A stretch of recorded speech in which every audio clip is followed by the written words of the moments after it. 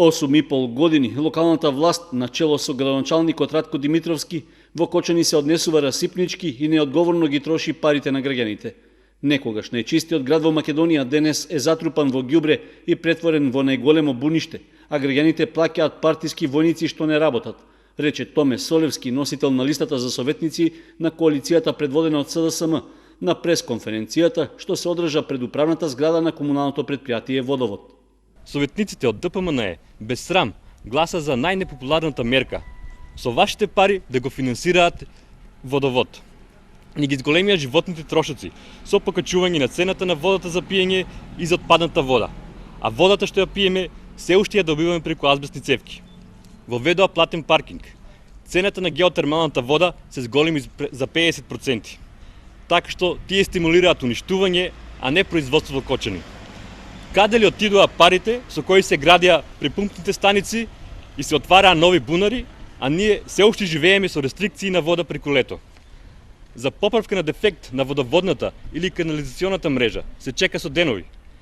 Кога ќе се раскопаат, така стои со месеци. Да ве прашам, тоа ли е одговорност?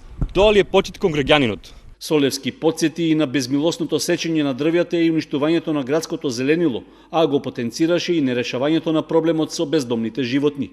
Не најдоа решение ни за кучињата бездомници, па немилострдно ги труеја и домашните миленици. Тие немаат капацитет да раководат со општината. Тие мислат само на себе. Доста беше. Време е да заминат од нашата сегашност.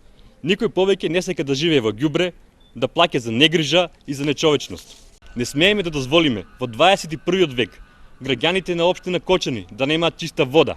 Не смееме да дозволиме во летниот период од годината жителите од високите зони да немаат вода.